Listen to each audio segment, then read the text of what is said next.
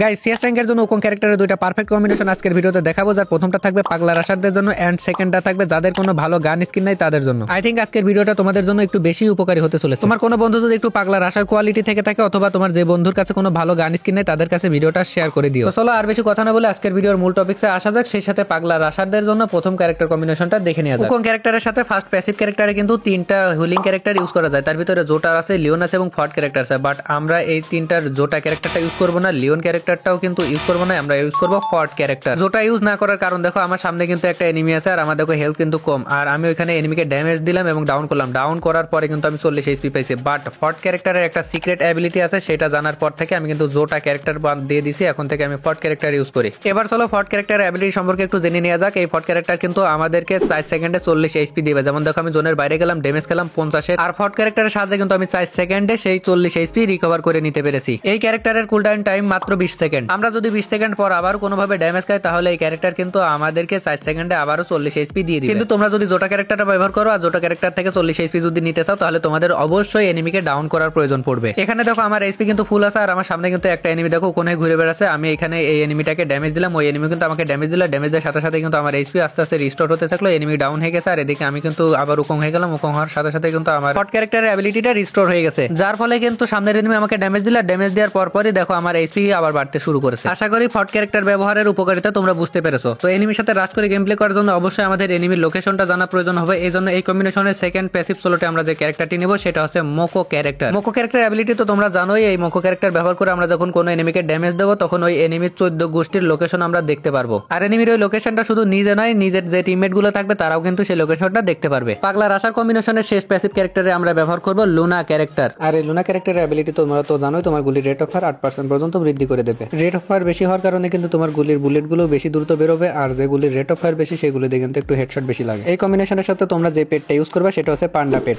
আর load আউটে যেটা ব্যবহার করবে সেটা হচ্ছে সিক্রেট কুলো। তো গাইস এবার আমরা সেকেন্ড কম্বিনেশনটা দেখবো। তার আগে বলবো তোমরা এখন সিএস র্যাঙ্কে কত স্টারে আসো অবশ্যই কমেন্ট করে জানাবা। আর যারা এখনো ভিডিওতে লাইক করেনি একটা লাইক করে দিও। গেমের ভিতরে যাদের ভালো কোনো গান স্কিন নাই তাদের জন্য এবার একটা বেস্ট ক্যারেক্টার কম্বিনেশন দেখবো। তো অ্যাক্টিভ ক্যারেক্টারে উকং নেওয়ার পরে তোমরা ফার্স্ট প্যাসিভ ক্যারেক্টারে নিয়ে নিবা লুনা ক্যারেক্টার। আর লুনা ক্যারেক্টারের অ্যাবিলিটি তো তোমাদেরকে একটু আগে জানিয়ে দিলাম। লুনা ক্যারেক্টারটি ব্যবহার করার পরে তোমরা সেকেন্ড প্যাসিভ স্কিলে যে ক্যারেক্টারটি নিবা সেটা হচ্ছে ডিবি ক্যারেক্টার। এই ক্যারেক্টারটি তোমাদের গুলির অ্যাকুরেসি 60% পর্যন্ত বৃদ্ধি করে দেবে। এর জন্য কোনো গান স্কিনের প্রয়োজন হবে না। শুধু তাই নাই, এই ক্যারেক্টার তোমাদের কাছে থাকলে তোমরা যখন জয়স্টিক ধরে টানাটানি করবা তোমাদের মুভমেন্ট 50% পর্যন্ত বৃদ্ধি করে দেবে। এই কম্বিনেশনের সর্বশেষ ক্যারেক্টার তোমরা লিওন ক্যারেক্টারটা রাখবা। লিওন ক্যারেক্টার তোমাদের কিছু সময় পর পর এইচপি দিয়ে দিবে যদি তোমাদের ড্যামেজ খাওয়া থাকে, আর এর জন্য কোনো প্রকার ইপি বা মেডিকেট করার প্রয়োজন পড়বে না। বর্তমানে সিএস র্যাঙ্ক খেলতে যে তুমি কোন কম্বিনেশন ব্যবহার করো অবশ্যই কমেন্টের মাধ্যমে জানাও। এই কম্বিনেশনও তোমরা পেট হিসেবে পান্ডা পেটটাই রাখবা, কারণ প্রত্যেকটা কিলের পরে তোমাদের পান্ডা পেটটা 10 এইচপি করে প্রোভাইড করবে। আর লোড আউটে তোমরা সিক্রেট কুলুটা রাখবা, এটা তোমাদের ইপি ম্যাক্স করতে আর সেই ইপি থেকে এক্সট্রা এইচপি সেই সাথে স্পিড বুস্টের কিছু অপশন দেখিয়ে দেবে যেগুলো তোমাদের ম্যাচের ভিতর খুবই হেল্প করবে। মোটামুটি এই ছিল আজকের ভিডিও। দেখা হবে নেক্সট কোনো ভিডিওতে। সে পর্যন্ত সবাই সুস্থ থাকো, ভালো থাকো। আর এই ধরনের টিপস এন্ড ট্রিক্স যদি প্রতিনিয়ত পেতে চাও তাহলে আমাদের চ্যানেলটা সাবস্ক্রাইব করে রাখতে পারো।